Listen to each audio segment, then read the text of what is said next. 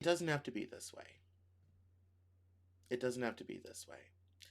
Speaking of money grubbing people, nuclear power, and AI, we have another story here.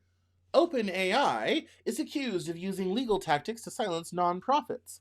7 nonprofit groups that have criticized OpenAI say it sent them wide ranging subpoenas as part of its litigation against Elon Musk.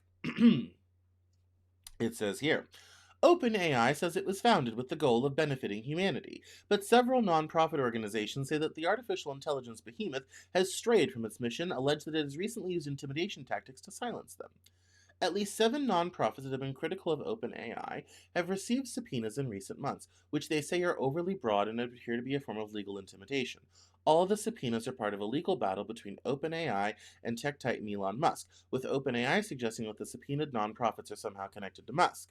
The organizations that received subpoenas had signed or organized open letters and petitions critical of OpenAI's ongoing efforts to restructure from a nonprofit to a for profit public benefit corporation.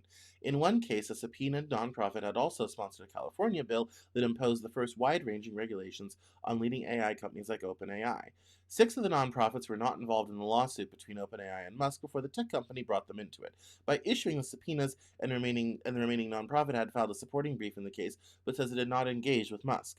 3 of the subpoenas issued to San Francisco Foundation, Echo, Future of Life Institute have not been previously reported.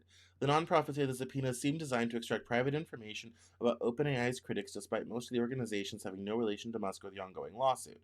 Robert Weissman, co-president of Public Citizen, a nonprofit consumer advocacy organization that has been critical of OpenAI's restructuring plans but is uninvolved in the current lawsuit and has not received a subpoena, told NBC News that OpenAI's intent in issuing the subpoenas is clear.